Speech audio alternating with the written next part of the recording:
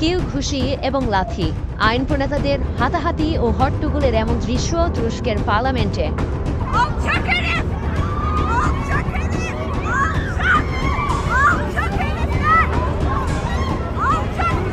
শুক্রবার এক বিরোধী নেতার বক্তব্যকে ঘিরে উত্তেজনায় জড়ান ক্ষমতাসীন ও বিরোধী দলীয় নেতারা। পরিস্থিতি এতটাই উত্তপ্ত হয়ে উঠেছে যে কিছুক্ষণের মধ্যেই শুরু হয় হাতাহাতি, চুল ধরে টানাটানি, ঘুষি, লাথি, কোনো কিছুই বাদ যায়নি এদিন। এতে আহত হন দুই আইন প্রণেতা। সামাজিক যোগাযোগ মাধ্যমে ইতিমধ্যে ছড়িয়ে পড়েছে সংঘর্ষের ভিডিও।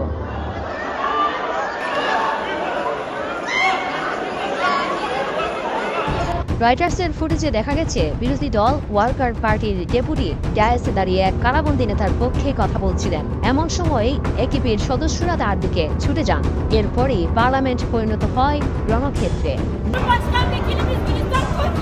দেখুন, আমাদের দলের সভাপতির রক্ত মেঝেতে পড়ে আছে। আমাদের কাছে জনগণের কি এটাই চাওয়া? হামলাকারীরা সংসদের মতো পবিত্র জায়গায় রক্ত ঝরিয়েছে। তারা এখন রক্ত নিয়েও রাজনীতি করছে।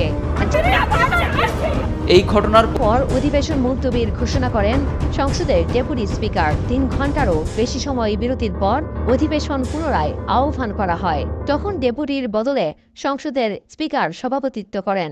এমন ঘটনাকে লজ্জাজনক হিসেবে বর্ণনা করেন প্রধান বিরোধী দল সিএইচপির নেতা।